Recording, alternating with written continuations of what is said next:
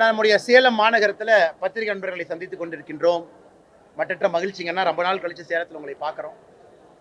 இன்னைக்கு நம்முடைய மாவட்ட செயலாளர் அன்பு சகோதரர் செந்தில் அவர்கள் இந்த பகுதியில் முன்னாள் எம்பியாக இருந்த அர்ஜுனன் ஐயா அவருடைய இல்ல திருமண விழாவில் பங்கேற்றுக் கொண்டிருக்கின்றோம். மணமக்களை வாழ்த்தி இருக்கின்றோம். அதன் பிறகு பத்திரிகையாளர் நண்பர்களை சந்தித்துக் கொண்டிருக்கின்றோம். ஆனால் இன்னைக்கு தமிழ்நாட்டில் முக்கியமாக 2-3 பிரச்சனைகளை நம்ம பேசிக்கிட்டு இருக்கோம். தினமும் கூட நம்முடைய பிள்ளைங்க 3வது மொழி படிக்கணுமா வேண்டாமா, படிக்க வேண்டும் என்றால் எந்த மொழி படிக்கணும், அது கட்டாய மொழியா, இதையெல்லாம் நாம அரசியல் கட்சிகள் எல்லாம் பேசுறோம். பாரதிய ஜனதா கட்சி ஆண்டவன் கொடுத்த ஒரு சந்தர்ப்பமாக அதை பார்க்கிறோம். ஏன்னா தமிழ்நாட்டில் இன்னைக்கு தனியார் பள்ளிகளை படிக்கக்கூடிய மாணவ செல்வங்களுடைய எண்ணிக்கை அதிகமாகி கொண்டிருக்கிறது. 56 லட்சத்தை தாண்டிருச்சு. அரசு பள்ளி 52 லட்சத்தில் இருக்கு. அப்படி இருக்கும் பொழுது சிபிஎஸ்இ பள்ளிகள் 2006 அப்ப பாத்தீங்கன்னா 200 பள்ளிகளுக்கு குறைவாக இருந்த சிபிஎஸ்இ இன்னைக்கு 2025 2010 பள்ளிகளை தாண்டி இருக்கு. சிபிஎஸ்இ பள்ளிகள் ஒரு ஆண்டும் கூட தமிழகத்திலே பெரும் வளர்ச்சி. நிறைய பேர் சிபிஎஸ்இ ஸ்கூல் வேணும்னு கேட்குறாங்க. ஐபியாக இருக்கட்டும், ஐசிஎஸ்சியாக இருக்கட்டும், இதுவும் கூட ஒரு பெரிய வளர்ச்சியை பார்க்குது. அரசு பள்ளியில படிக்கக்கூடிய மாணவர்களுடைய வளர்ச்சியை விட தனியார் பள்ளிகளுடைய வளர்ச்சியும், தனியார் பள்ளியிலே படிக்கக்கூடிய பிள்ளைகளுடைய வளர்ச்சியும் அதிகமா இருக்கு. இந்த நேரத்தில் பாரதிய ஜனதா கட்சி கம்பீரமாக ஆணித்தரமாக சொல்லுகின்றோம், தமிழகத்தில் 3 மொழிகளை குழந்தைங்க நம்முடைய பாரத பிரதமர் நரேந்திர மோடி ஐயா புதிய கல்விக் கொள்கையில சொல்லியிருப்பது போல படிக்கணும். நம்முடைய பாடமொழி தமிழ் மொழியில் இருக்கணும், ஆங்கில மொழி இருக்கணும். ஒரு விருப்ப மொழியாக ஒரே ஒரு பேப்பர், ஒரே ஒரு லாங்குவேஜ் பேப்பர் விருப்ப மொழியாக ஏதாவது ஒரு இந்திய மொழியில் இருக்கணும். அது நம்முடைய திராவிட மொழியாக இருக்கக்கூடிய மலையாளமோ கன்னடமோ தெலுங்கு இந்த மாதிரி இருந்தாலும் சந்தோஷம். ஹிந்தி, சமஸ்கிருதம் ஏதாவது ஒரு மொழி விருப்ப மொழியாக மக்கள் எடுத்து படிக்கணும். ஒரு அரசியல் கட்சி தலைவர்கள் கருத்து சொல்றாங்க. ஏக மனதாக எல்லா அரசியல் கட்சிகளும் ஒரு பக்கம் நிற்கிறாங்க. பாரதிய ஜனதா கட்சி நாம ஒரு பக்கம் நிற்கிறோம். இதை தான் ஒரு வார காலமா பார்க்குறேன். நாம ஒரு அரசியல் கட்சி தலைவர் நடத்தக்கூடிய பள்ளிகளையும் நம்ம சொல்லிக்கிட்டே வர்றோம். எப்படி திராவிட முன்னேற்ற கழகத்தில் நிறைய பள்ளிகள் நடத்துறாங்க, ஹிந்தி கட்டாயமா சொல்லி கொடுக்குறாங்க. இது பல ஆழமா பேசுறோம். இன்னைக்கு தமிழக வெற்றி கழகத்தினுடைய தலைவராக இருக்கக்கூடிய ஐயா விஜய் அவர்கள் என்ன சிபிஎஸ்இ பள்ளி நடத்துறாங்க அப்படின்னு நாம பேசுறோம். இன்னைக்கு விடுதலை சிறுத்தைகள் கட்சியினுடைய தலைவராக இருக்கக்கூடிய ஐயா தொல் திருமாவளவன் அவர்கள் நடத்தக்கூடிய சிபிஎஸ்இ பள்ளி. இன்று காலை என்னுடைய முகநூல்ல பதிவு செஞ்சிருந்தேன். அண்ணன் திருமாவளவன் அவர்கள் சிபிஎஸ்இ பள்ளி நடத்துறாங்க. Blue star school Velachery, blue star school Velachery chairman யாருன்னா தொல் திருமாவளவன். அந்த பள்ளியினுடைய சேர்மனே அண்ணன் தொல் திருமாவளவன் அவர்கள். அந்த பள்ளியிலும் கட்டாய மொழியாக 3வது மொழியாக ஹிந்தி சொல்லி கொடுக்குறாங்க. அதனால பட் இந்த அரசியல் கட்சி தலைவர்கள் பள்ளிக்கூடம் நடத்துறாங்க, குழந்தைகளுக்கு அட்மிஷன் போடுறாங்க, சேர்மனா இருக்கிறாங்க, ஹிந்தி சொல்லி கொடுக்குறாங்க. ஆனா இதே தலைவர்கள் மேடையில் மைக் எடுத்து பத்திரிகை நண்பர்கள் முன்பு பேசும்போது வேறொரு வாக்கியத்தை பேசுறாங்க. இல்ல 2 மொழி தான் படிக்கணும், 3 மொழி படிக்க கூடாது. அதனால்தான் தொடர்ந்து பாரதிய ஜனதா கட்சி உறுதியாக கடந்த ஒரு வார காலமாக அரசியல் கட்சி தலைவர்கள் போட்டக்கூடிய இரட்டை வேடத்தை தோலுரித்து பத்திரிகை மூலமாக தமிழக மக்கள்கிட்ட எடுத்து சொல்றோம். இது ஒரு பக்கம் ஐயா. 2வது, தமிழகத்தினுடைய துணை முதலமைச்சராக இருக்கக்கூடிய உதயநிதி அவர்கள் அன்பில் மகேஷ் பொய்யாமொழி அவர்களை பத்தி நம்ம தொடர்ந்து பேசிட்டு இருக்கோம். அதுல அன்பில் மகேஷ் பொய்யாமொழி அவர்களுடைய மகன் எங்க படிக்கிறாரு நம்ம சொன்னோம், பிரெஞ்சு படிக்கிறாங்க. ஆனா அரசு பள்ளியில குழந்தைகளை கட்டாயப்படுத்தி 2 மொழி படிக்க வைக்கிறீங்க, தரம் குறைந்து கொண்டிருக்கிறது, ஏன் கட்டாயப்படுத்துறீங்க? நம்ம இந்திய திணிக்கவே இல்லையா 3வது மொழின்னு சொன்னா அவங்க தரம் இல்லாம வரம்பு மீறி பேசுறாங்க. உதயநிதி ஸ்டாலின் அவங்ககிட்ட பத்திரிகை நண்பர்கள் கேட்கறீங்க இன்னைக்கு காலையில, ஐயா அரசு பள்ளியில் 2 மொழி, தனியார் பள்ளியில 3 மொழி, அதுவும் தமிழக அரசு அப்ரூவல் கொடுத்து நடத்தக்கூடிய இங்கிலீஷ் மீடியம் மெட்ரிகுலேஷன் தமிழக அரசு கண்ட்ரோல் இருக்கு. இங்கிலீஷ் மீடியம் மெட்ரிகுலேஷன்லயே நீங்க தமிழை கட்டாயமா வைக்கலையே. அதுலயே தமிழும் இருக்கு, ஹிந்தி இருக்கு, பிரெஞ்சு இருக்கு. இதெல்லாம் சுட்டி காட்டும் பொழுது உதயநிதி ஸ்டாலின் சொல்றாரு, நாங்க தான் அரசு பள்ளியில ஓசியில சாப்பாடு போடுறோமல்ல, நாங்க தான் அரசு பள்ளியில ஓசியில யூனிஃபார்ம் கொடுக்குறோமல்ல, நாங்க தான் அரசு பள்ளியில ஓசியில ஷூ கொடுக்குறோமல்ல. ஆனால் அண்ணன் உதயநிதி ஸ்டாலின் அவர்களுக்கு ஒரே ஒரு கேள்வி கேட்கிறேன், அது உங்க அப்பா வீட்டு பணத்துல இருந்தா கொடுக்குறீங்க? மக்கள் கொடுக்கக்கூடிய வரி பணத்துல அரசு பள்ளியில் படிக்கக்கூடிய மாணவ செல்வங்களுக்கு எங்ககிட்ட இருந்து வாங்கக்கூடிய வரியில அந்த வரி பணத்துல நீங்க சீருடையும் மத்தியான உணவும் கொடுக்குறீங்க. உங்க குடும்பத்துல இருந்து கொடுக்குறீங்களா, இல்ல உங்க அப்பா தாத்தா பணத்தை கொடுக்குறீங்களா? அப்படி இருக்கும் பொழுது பொறுப்பற்ற முறையில ஏதோ ஓசியில கொடுக்குற, இலவசத்துல கொடுக்குறேன்னு கருத்து சொல்றாங்க. அது மட்டும் இல்ல, அண்ணாமலை தரமா பேசணும், தரம் இல்லாதவர்ங்கிறார். இன்னைக்கு யாரு தரமானவர் நம்ம பேசுவோங்க ஐயா. இங்க உதயநிதி ஸ்டாலின் பேசுற சில வார்த்தைகளை உங்க முன்னாடி நான் பேசுறேன். இந்த மாவட்டத்தை சார்ந்த முன்னாள் முதலமைச்சர் அண்ணன் எடப்பாடி பழனிசாமி அவங்களை பத்தி என்ன சொன்னாங்கன்னா, விட்டால் எடப்பாடி பழனிசாமி அவர்கள் சசிகலா அம்மையார் காலுக்குள் ஊர்ந்து சென்றிருப்பார். இவர் எடப்பாடி அண்ணன் பத்தி கொடுக்கிற சர்டிபிகேட். எடப்பாடி பழனிசாமி மோடியை பார்த்தால் படுத்து விடுவார், அமித்ஷாவை பார்த்தால் படித்திடுவார், சசிகலா அம்மாவை பார்த்தால் முட்டி போடுவார். இது உதயநிதி ஸ்டாலின் அவர்கள் உதிர்த்த ஒரு பொன்மொழியில, பல பொன்மொழியில இது ஒன்று. 2016 உதயநிதி ஸ்டாலின் அவர்கள் போட்ட ஒரு ட்வீட்டை காட்டுறேன். இதுல பாருங்க, மதிப்புக்கு மீறிய புரட்சி தலைவி அம்மையார் ஜெயலலிதா அவர்கள் இருக்கிறாங்க, அது பக்கத்தில் ஒரு சினிமா நடிகை இருக்கிறாங்க. அதை தன்னுடைய முகநூல் பதிவுல 2016 போட்டு மக்கள் நேசிக்கக்கூடிய புரட்சி தலைவியை கொச்சைப்படுத்தினார். அன்புமணி ராமதாஸ் ஐயா ஓபிஎஸ் அவர்களுடைய டயர் நக்கின்னு சொன்னார். இதெல்லாம் அவர் சொன்ன பொன்மொழிகள்ல சில. இனிமேல் பாரத பிரதமர் நரேந்திர மோடி அவர்களை 29 பைசா மோடின்னு சொல்லுவேன். 2021 தேர்தல் பிரச்சாரத்தில் அருண் ஜேட்லியும் சுஷ்மா ஸ்வராஜையும் கொன்றவர் மோடி. நாங்க ஒன்றும் உங்க அப்பா வீட்டை காசை கேட்கல. இது யார்? நிர்மலா சீதாராமன் அவங்களை பார்த்து சொன்னது. கவர்னரை மக்கள் செருப்பால் அடிப்பாங்க. அதனால் உதயநிதி ஸ்டாலின் அவர்களுக்கும் தரத்துக்கும் நார்த் போலுக்கும் சவுத் போலுக்கு இருக்கிற தூரம் தான். தரம் இல்லாத ஒரு அரசியல்வாதி தமிழ்நாட்டில் இருக்காருன்னா அது உதயநிதி ஸ்டாலின். தாத்தா பேரை அப்பா பேரை வச்சு ஓட்டிட்டு இருக்கார். நாங்கள் கேட்பது அடிப்படையில் ஆதாரத்தோடு கேள்வி கேட்கிறோம். நீங்கள் பள்ளி நடத்துறீங்க, தனியார் பள்ளியிலே படிக்கக்கூடிய குழந்தை செல்வங்கள் எண்ணிக்கை அதிகமாகுது. அப்படி இருக்கும் பொழுது அரசு பள்ளியில மட்டும் நீங்க கட்டாயப்படுத்தி இருமொழி தான் படிக்கணும்னு ஏன் சொல்றீங்க? நீங்க சிபிஎஸ்இ ஸ்கூலுக்கு பர்மிஷன் நீங்க கொடுக்குறீங்க. 200 ஸ்கூலுக்கு கீழ இருந்து 2010 ஸ்கூல் எப்படி ஆச்சு? நீங்க state board matriculation English medium ஸ்கூலுக்கு பர்மிஷன் கொடுக்குறீங்க. அங்கெல்லாம் 3 மொழிக்கு அனுமதி கொடுக்கும் பொழுது அரசு பள்ளி மாணவ செல்வங்கள் மட்டும் எதற்காக 2 மொழி படிக்கணும்? உதயநிதி ஸ்டாலின் சென்னை மேடையில பொய் சொல்றார். மத்திய அரசு நாங்க பணம் கேட்டா 2190 கோடி ரூபாய் பணம் கொடுன்னு கேட்டா ஹிந்தியை திணிக்கிறாங்க. இது அரசியல் பிரமாணத்தின் மீது சத்தியம் செய்து, அரசியல் சட்டத்தின் மீது சத்தியம் செய்து பதவி பிரமாணம் எடுத்த உதயநிதி ஸ்டாலின் மேடையில பொய் சொல்றாரு. மத்திய அரசு இந்தியை திணிக்கிறாங்க. அதனால்தான் உதயநிதி ஸ்டாலினுக்கு நேரடியா சவால் வர்றோம். நான் ஏற்கனவே நேத்தே சொன்னேன், கரூர்ல தரம் இல்லாம பேசுனீங்கன்னா தரம் இல்லாம தான் உங்களுக்கு பதில் வரும். பிரதமருக்கு மரியாதை கொடுத்தால் அண்ணாமலையினுடைய வாயிலிருந்து மரியாதையான சொற்கள் வரும். பிரதமருக்கோ நிதித்துறை அமைச்சருக்கோ மரியாதை கொடுக்காம பேசுனீங்கன்னா உங்களைய உங்க பாணியில பேச எங்களுக்கும் தெரியும். நேத்து நாங்க ஆரம்பிச்சிருக்கிறது ட்ரெய்லர் தான். இது முதல் பாதி. இரண்டாவது, தமிழகத்தினுடைய முதலமைச்சர் நேத்து ஒரு இடத்துல கோலம் போடுறாங்க திருவள்ளூர்ல. அத முதலமைச்சர் அவர் ட்வீட் போடுறார், மக்கள் எல்லாம் பாருங்க கோலம் போடுறாங்க.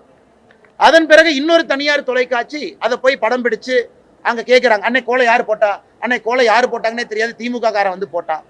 அண்ணா இந்த மாதிரி கோலம் போட்டிருக்கீங்களா? நான் அந்த வார்த்தையை எழுதலீங்க, அவங்க தான் எழுதுனாங்க.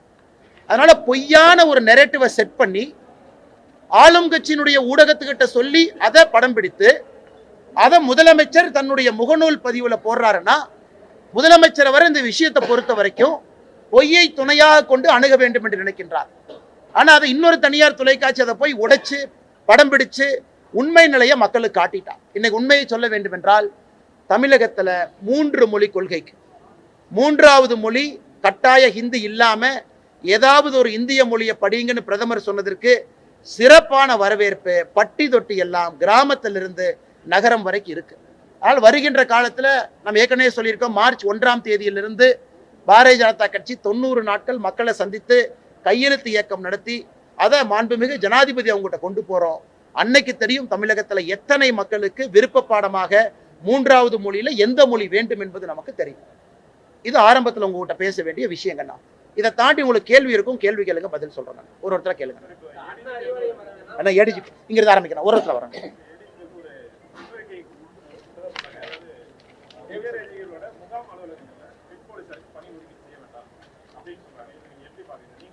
ஆனா ஏடிஜிபி தமிழ்நாட்டினுடைய சட்டம் ஒழுங்கு ஏடிஜிபி அவர் வந்து 1 வாரத்திற்கு முன்பு சுற்றறிக்கை கொடுத்தாரு. சுற்றறிக்கையில என்ன சொல்லி இருக்கிறார்னா, தமிழ்நாட்டில் பெண்களுக்கு எதிரான குற்றம் அதிகமாக இருக்கு. அவர் ஒத்துக்கிட்டார். தமிழ்நாட்டினுடைய சட்டம் ஒழுங்கு ஏடிஜிபி பெண்களுக்கு எதிராக குழந்தைகளுக்கு எதிராக சட்டம் ஒழுங்கு சீர்கெட்டு விட்டதுங்கிற வார்த்தையை பயன்படுத்துறார். இரண்டாவது என்ன சொல்றாருன்னா, அதிகமான பெண் போலீசார் இன்னைக்கு அரசு பணி, குறிப்பாக போலீஸ் பணியில் இருக்கக்கூடிய வீட்டில் ஆர்டர்லியா வேலை பார்க்குறாங்க, முகாம் அலுவலகத்தில் வேலை பார்க்குறாங்க. அவங்க எல்லாத்தையும் உடனடியா போலீஸ் ஸ்டேஷனுக்கு அனுப்புங்கிறாங்க. அதுக்கு இத்தனை நாள் ஆச்சுங்களா? 3 வருஷம் ஆச்சா? 3.5 வருடம் ஆச்சா? வேறு வேறு இடத்துல பணி செய்யக்கூடிய நம்முடைய காவல்துறையில் இருக்கக்கூடிய சகோதரிகள்லாம் திருப்பி போலீஸ் ஸ்டேஷனுக்கு அனுப்புறோன்னு சொல்றதுக்கு 3.5 வருஷம் அவங்களுக்கு ஆச்சு. அது மட்டும் இல்லாம இன்னொரு பக்கம் முதலமைச்சர் அவர்கள் தமிழ்நாட்டில் சட்டம் ஒழுங்கு நல்லா இருக்கு நல்லா இருக்கு நல்லா இருக்குங்கிறார். ஆனா இன்னொரு பக்கம் காவல்துறையினுடைய உயர் அதிகாரி சட்டம் ஒழுங்கு சீர்கெட்டு விட்டது, பெண்களுக்கு எதிராக குழந்தைகளுக்கு எதிராக குற்றங்கள் அதிகமாக இருக்குன்னு இவர் சொல்றார். அதனால் ஏடிஜிபி லா அண்ட் ஆர்டர் கையில டேட்டா இருக்கு, முதலமைச்சர் அவர்கள் பொய் சொல்றாரு, தமிழ்நாட்டில் சட்டம் ஒழுங்கு கெட்டுவிட்டது என்பதை காவல்துறையை ஒத்துக்கிட்டாங்க. இனியாவது முதலமைச்சர் அவர்கள் கண்முழித்து சட்டப்படி தன்னுடைய கடமையை செய்ய வேண்டும் என்று கேட்டுக்கொள்கின்றோம். எதுங்கண்ணா எதுங்கண்ணா அண்ணா கல்விக்குங்கன்னா மத்திய அரசு கொடுக்க வேண்டிய நிதியை கொடுத்துக்கிட்டு இருக்கிறாங்க. நேற்று கரூர் பொதுக்கூட்டத்தில் பேசும்பொழுது சொன்னேன், மாநில அரசு தன்னுடைய பட்ஜெட்டில் கல்விக்காக ஒதுக்கக்கூடிய பணம் 44,000 கோடி. கடந்த 4 ஆண்டுல மட்டும் 1,53,000 கோடி தமிழக அரசு பட்ஜெட்ல கல்விக்கு ஒதுக்கி இருக்கிறாங்க. மத்திய அரசு கல்விக்கு நிதி கொடுக்கறாங்க, பல காம்பனண்டா வருதுங்கண்ணா. அதுல ஒரே ஒரு காம்பனண்டா சமகிரக சிக்ஷா ஃபண்ட், இது ஒரு காம்பனண்ட். அந்த 2,000 கோடி ரூபாய் நாம் என்ன சொல்றோமோ அது தமிழகத்திற்கு கொடுக்கப்பட வேண்டிய கல்வி நிதி இல்லைங்கண்ணா. தமிழகத்திற்கு கொடுக்கப்பட வேண்டிய பல கல்வி நிதிகள்ல அதுவும் ஒரு நிதி, அப்படிதான் பார்க்கணும். அதை இவங்க அப்படியே பொய் பேசி மாத்தி அந்த 2,000 கோடி ரூபாய் மொத்தமாக தமிழ்நாட்டிற்கு கல்விக்கு கொடுக்கறாங்க. இதை விட்டு வேற பணமே மத்திய அரசு கொடுக்கல. மத்திய அரசு கொடுக்கக்கூடிய பல நிதி கல்விக்கான நிதியில ஒரு பதி சமகிரக சிக்ஷா. அந்த சமகிரக சிக்ஷா இன்னைக்கு புதிய கல்விக் கொள்கையோடு லிங்க் ஆயிருக்கு. 2024-25 தமிழக அரசு ஏற்கனவே சொன்னது போல மத்திய அரசு கடிதம் எழுதினாங்க. புதிய கல்விக் கொள்கையினுடைய அங்கமாக இருக்கக்கூடிய PM ஸ்ரீ பள்ளிக்கூடத்தை தமிழகத்தில் கொண்டு வருவதற்கு நாங்கள் ஏத்துக்கிறோம், MOU சைன் பண்ற கமிட்டி போட்டிருக்கோம் அப்படின்னு இவங்க தான் சொன்னாங்க. ஆனால் இன்னைக்கு சமகிரக சிக்ஷா ஃபண்ட் இதற்கு முன்பு சர்வ சிக்ஷா அபியானாக இருந்தது, சமகிரக சிக்ஷா எல்லோருக்குமான கல்வியாக மாறி இருக்கிறது. அது அடிப்படையில் கல்விக்கு வர வேண்டிய நிதி வருது. 44,000 கோடி ரூபாய் கல்விக்கு பட்ஜெட் போட்டோம். மத்திய அரசு கொடுக்கிற 2,000 கோடி ரூபாய் ஒரு காம்பனண்ட் இல்லைங்கிறனால எங்களால தமிழகத்தில் கல்வித்துறையை நடத்த முடியவில்லை என்று அமைச்சர் சொல்வது பச்சை பொய். இன்னைக்கு மத்திய அரசின் சார்பாக அமைச்சர் தர்மேந்திர பிரதான் அவர்கள் சில கருத்துக்களை வச்சிருக்கிறாங்க. நீங்க ஒத்துக்கிட்டீங்க, ஏன் ஒத்துக்கிட்டீங்க? நீங்க தான் PM ஸ்ரீ பள்ளி வேண்டும் என்று கேட்டீர்கள், இன்னைக்கு வேண்டான்னு ஏன் சொல்றீங்க? இந்த கருத்துக்களுக்கு பதில் சொல்ல வேண்டிய கடமையும் தமிழக அரசுக்கு இருப்பதாக நான் கருதுகின்றேன்.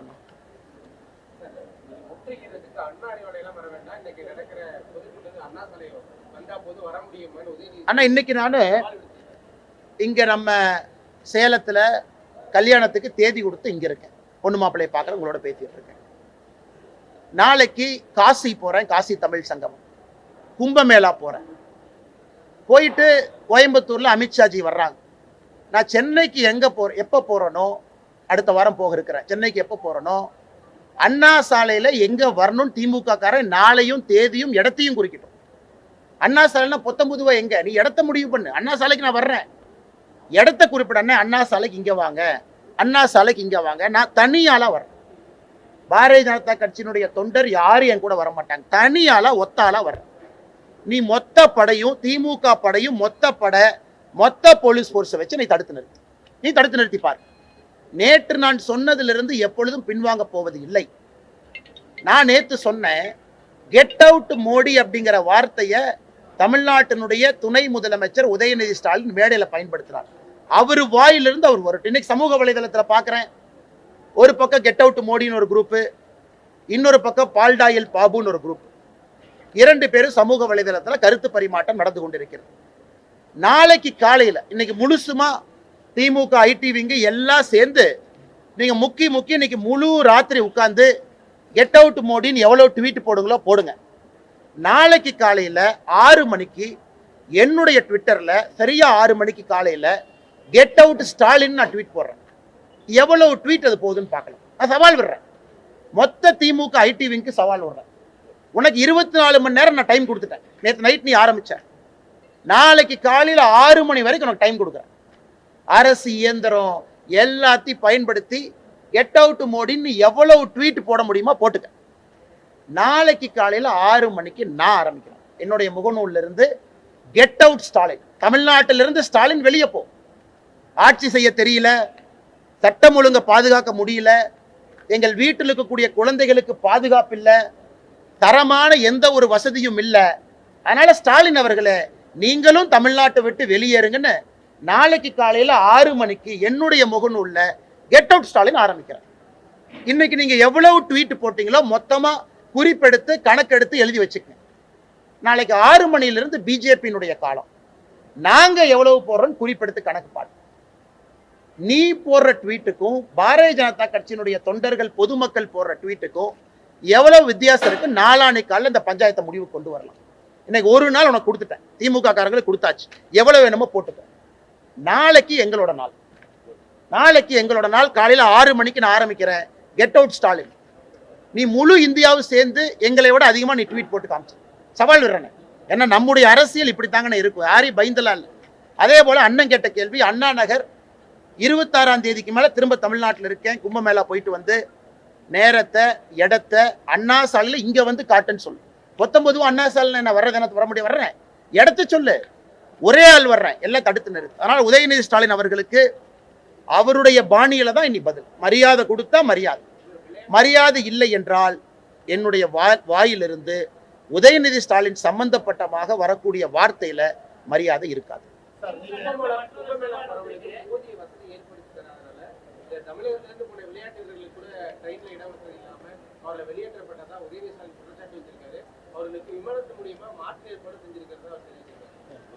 அண்ணே, கும்பமேளாக்கு தமிழ்நாட்டினுடைய மக்கள் தொகை மொத்தமா 8.5 கோடி.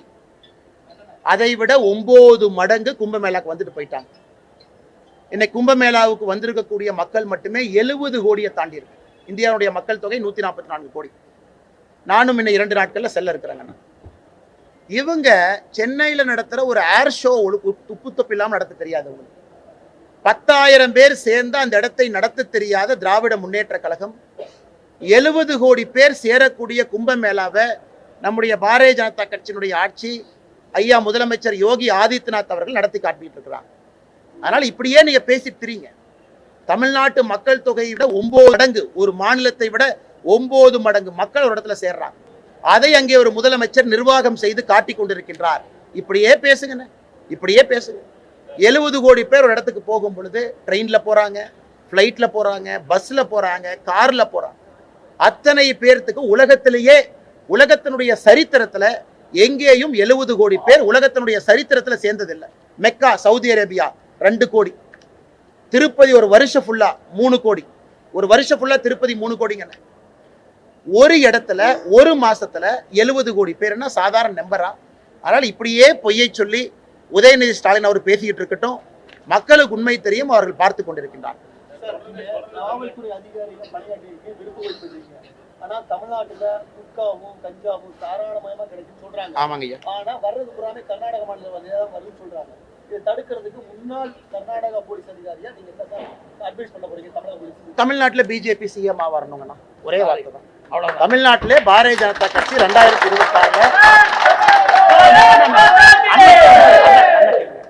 தமிழ்நாட்டிலே பாரதிய ஜனதா கட்சி தேசிய ஜனநாயக கூட்டணி 2026 ஆட்சிக்கு வரும். ஒரே வாய்ப்பா தானே. நான் பத்திரிகையில் 1008 சொல்லலாம். நாங்கள் வந்தால் மட்டும்தான் இதற்கு விமோசனம். கஞ்சா குட்கா என்னென்ன இருக்கோ இரும்பு கரத்தை கொண்டு அடக்கக்கூடிய ஒரே ஒரு கட்சி பாரதிய ஜனதா கட்சி, தேசிய ஜனநாயக கூட்டணி. அதற்கு மக்கள் எங்களுக்கு வாய்ப்பு கொடுப்பாங்க, நம்புறேன். கல்வி நிலையங்கள் பூரா கற்பழிப்பு கூடங்களா மாறுறதுக்கும் போக்சோ ஆக்ட் அதிகரிக்கிறதுக்கும் என்ன சார் காரணம்? ஆனா 2 காரணங்கண்ணா. ஒன்று, சமூக வலைத்தளம், அதனுடைய பரவல் இன்னைக்கு கல்லூரி மாணவர்கள்ட்ட ரொம்ப அதிகமா இருக்கு. நம்ம எல்லா இடத்துலையும் காவல்துறையை நாம் குறை சொல்றோம், காவல்துறை இன்னும் கடுமையா பணி செய்யணும், சட்டத்தை கொண்டு வரணும்னு சொல்றோம். அது ஒரு பக்கம். இன்னொரு பக்கம் சமூக வலைதளத்துல ஆபாசமான விஷயங்கள் எல்லாருடைய இல்லத்திற்கு வாசலை தாண்டி செல்போனுக்குள்ள உட்காருதுங்க. உலகம் அந்த மாதிரி மாறிடுச்சு. நம்முடைய குழந்தைகளுக்கும் நல்லது கெட்டது சொல்றதுக்கான அந்த குடும்ப சூழல் கெட்டு போச்சுங்கண்ணா. ஒரு தாத்தா பாட்டியோ ஒரு குடும்பத்துல பெரியவங்க உட்காந்து நல்லது கெட்டது பேசுறதுக்கான நேரம் இல்லை. ஒரு பையன் வீட்டுக்குள்ள இருக்கான், பொண்ணு வீட்டுக்குள்ள இருக்காங்கன்னா கூட அப்பா அம்மாவுக்கு பையன் பொண்ணு என்ன படிக்கிறாங்கன்னே தெரியாது. ஏன்னா ரூம்குள்ள போயிடுறாங்க, காலேஜுக்கு போறாங்க, கண்காணிப்பு இல்லை. ஆனால் இன்னைக்கு தமிழகத்துல ஒரு பக்கம் காவல்துறையால் தடுக்கக்கூடிய குற்றங்கள் அதிகமாக இருக்கு, அது சரி பண்ணணும். இன்னொரு பக்கம் காவல்துறையால் தடுக்க முடியாத குற்றங்களும் அதிகமாயிட்டு இருக்கு. கல்லூரி மாணவர்கள் கோயம்புத்தூர்ல 7 பசங்க ஒரு பொண்ணு, அந்த 7 பசங்களும் 4 காலேஜில் படிக்கிறாங்க. அந்த 7 பேர் வெளியே ரூம் எடுத்து தங்கியிருக்காங்க. இந்த பாப்பா இன்னொரு பக்கம், அதுக்குள்ள நான் போக விரும்பலீங்கன்னா, அதெல்லாம் நடக்கக்கூடாத நிகழ்வு, சமுதாயம் கெட்டுவிட்டது என்பதற்கு ஒரு உதாரணம். அன்னைக்கு சமீபத்தில் பார்த்தேன், 15 வயது ஒரு பெண் கர்ப்பமாயிட்டாங்க. கர்ப்பமாயி 6 மாசத்துல தான் அம்மாவுக்கே தெரியுது. இது எப்படிங்கண்ணா? அப்பா அம்மாவுடைய கண்காணிப்பு இருக்கணும். செல்போன்ல என்ன பார்க்கறாங்க, செல்போன்ல எப்படி பயன்படுத்துறாங்க, யார் அவங்க நண்பர்கள், வீட்டுக்கு யாரை கூட்டிட்டு வர்றாங்க, இது எல்லாம் கூட கண்காணிக்க வேண்டிய பொறுப்பு பெற்றோர்களுக்கு இருக்கு. ஆனால் நம்ம கடமையும் நம்ம தவற விடக்கூடாதுங்க. நம்ம காவல்துறையின் மீது குற்றம் சுமத்துகின்றோம் ஒரு பக்கம், அப்பா அம்மாக்களாக நம்முடைய கடமை தவறவிடக்கூடாது. இதுக்கு அடுத்தது கல்லூரியில கொஞ்சம் ஆன்மீகத்தையும் கொண்டு வரணும். நல்ல வாழ்க்கை, ஒழுக்கமான வாழ்க்கை. ஹிந்து மதம், இஸ்லாம் மதம், கிறிஸ்துவ மதம், எல்லா மத போதனையிலையும் குட் பார்ட்ஸ் ஆஃப் லைஃப், வாழ்க்கை எப்படி வாழ்றது, மாரல் சயின்ஸ் நம்ம சொல்றோம். ஒரு பகவத்கீதையாக இருக்கட்டும், குரானாக இருக்கட்டும், பைபிளாக இருக்கட்டும், அதையும் நம்முடைய மாணவ செல்வங்களுக்கு எடுத்து சொல்லணும். ஒரு கல்லூரியில, ஒரு பள்ளிக்கூடத்துல மதத்தையும் அப்பப்ப நம்ம பேசணும். மதத்திலிருந்து வரக்கூடிய விஷயங்கள் என்ன? ஏன்னா வெறும் பிசிக்ஸ் கெமிஸ்ட்ரி மட்டும் டீச் பண்ண வேலைக்காகாதுங்க. நல்ல மனிதனாக வர வேண்டும் என்று நினைத்தால் ஒரு மதமும் என்ன போதிக்குது, ஒரு மதத்தினுடைய புனித புத்தகம் என்ன போதிக்குது, அதையும் நம்ம கொண்டு வரணும். கடைசியாங்கன்னா ரோட்டரி, லயன்ஸ் கிளப், இந்த மாதிரி இருக்கக்கூடிய சமூக நிறுவனங்கள் எல்லாம் நிறைய பயிற்சி வகுப்புகளை ஆரம்பிக்கலாம். சமுதாய இயக்கங்களோடு இணைந்து குட் டச் பேட் டச். ஒரு பெண் குழந்தைய ஸ்கூலில் எங்க தொடலாம், எங்க தொடக்கூடாது. இன்னைக்கு மேலை நாடு பார்த்தீங்கன்னா ஒரு குழந்தைக்கு ஃபர்ஸ்ட் என்ன சொல்லி கொடுக்குறாங்கன்னா, அப்பா அம்மா எங்க தொடலாம், ஆசிரியர் எங்க தொடலாம். ஏன்னா அந்த குழந்தைக்கு தெரியாது தப்பான இடம் எது, சரியான இடம் எதுன்னு குழந்தைக்கு தெரியாது. ஐரோப்பிய நாடுகள்ல ஒரு பாடமே குட் டச் பேட் டச், அந்த குழந்தைக்கு 6 வயசுல சொல்லி கொடுக்குறாங்க. அதையெல்லாம் நம்முடைய பள்ளிக்கூடத்துல சொல்லி கொடுக்கும் பொழுது சில இடத்துல பள்ளி ஆசிரியர்களே தவறு செய்யறாங்க.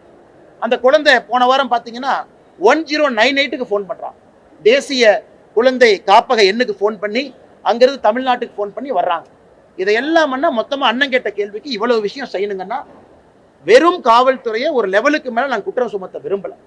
கஞ்சாவை நீங்க தடுக்கணும், குட்காவை தடுக்கணும். ஒரு காவல்துறை எப்படி கல்லூரிக்குள்ளேயும் வீட்டுக்குள்ளேயும் எப்படி போவாங்க, ஒரு காவல்துறை செல்போன்ல நீங்கள் நானும் பார்க்கறது எப்படி பார்ப்பாங்க. ஆனால் ஒட்டுமொத்தமாக எல்லோரும் இணைந்து செயல்பட வேண்டும் என்பது என்னுடைய கருத்து. அண்ணா, அதை நல்ல வேலை இந்த கேள்வி கேட்டீங்க, பதில் சொல்லணும்னு வெயிட் பண்ணேன். அண்ணா, ஒரு கம்பெனியில பாத்தீங்கன்னா 2 கிளாஸ் ஆஃப் ஷேர் இருக்கும், கிளாஸ் ஏ ஷேர், கிளாஸ் பி ஷேர். எங்களை பொறுத்தவரை ஒரே தொண்டன் தான் நாங்கெல்லாம். மோடியும் தொண்டன் தான், அண்ணாமலையும் தொண்டன் தான், KP ராமலிங்கமும் தொண்டன் தான்.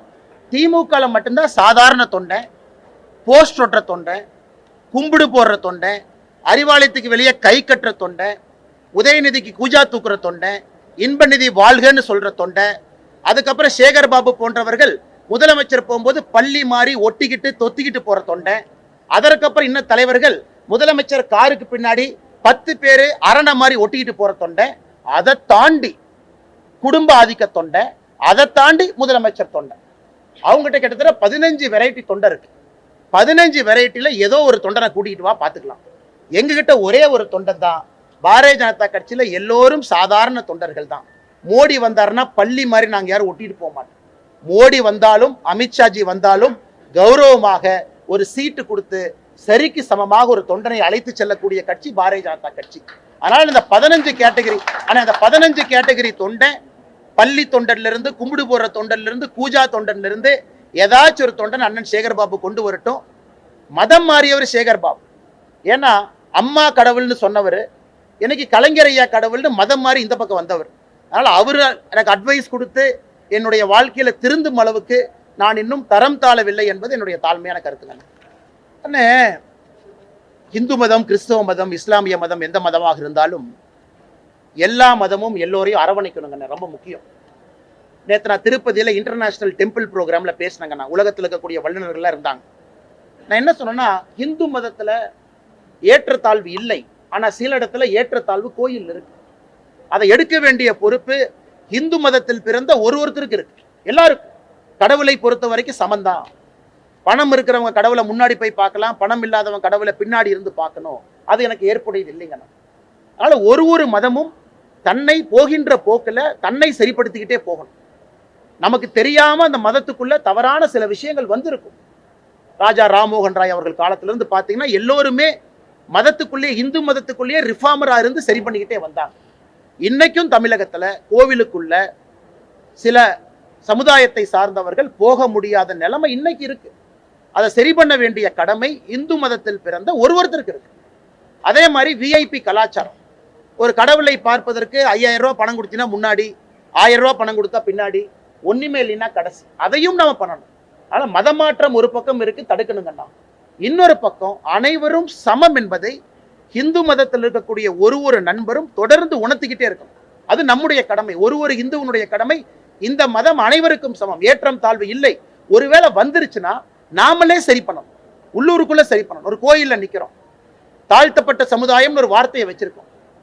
அந்த ஊர்ல கெசட் படி யாரு இந்த சமுதாயம் சொல்றாங்களோ நீங்க கூப்பிட்டு நம்முடைய சகோதர சகோதரிகளை சாமி பக்கத்துல நிக்க வச்சு சாமி கும்பிட சொல்லுங்க.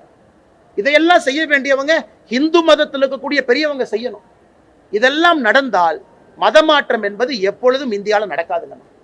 அதனால் நான் இன்னர் ரீஇன்ஜினியரிங் நடத்தணும்னு சொல்றேன். அப்படி இருக்கும் பொழுது இந்து மதம் என்பது எத்தனை ஆண்டு காலம் இருந்திருக்கிறது, இன்னும் இருக்கும். இதை தொடர்ந்து செய்ய வேண்டிய கடமையும் பொறுப்பும் இந்துவாக இருக்கக்கூடிய ஒருத்தருக்கு இருக்கு. அது இஸ்லாம் மதத்தில் இருக்கவங்களுக்கு அது இருக்கு, கிறிஸ்துவ மதத்துக்கு இருக்கு. எனக்கு ஆல்டர்ல இவங்க தான் போக முடியும், சர்ச்சு காயர்ல நான் தான் சிங் பண்ண முடியும் அப்படிங்கிற பிரச்சனை மற்ற மதத்திலும் இருக்கு. எல்லா மதமும் சகோதரத்துவம், சமத்துவம் அப்படிங்கிறத கொண்டு வந்துட்டாங்கன்னா எல்லா மதமும் நிம்மதியா இருக்க முடியும். சரிங்கண்ணா, தேங்க்யூ.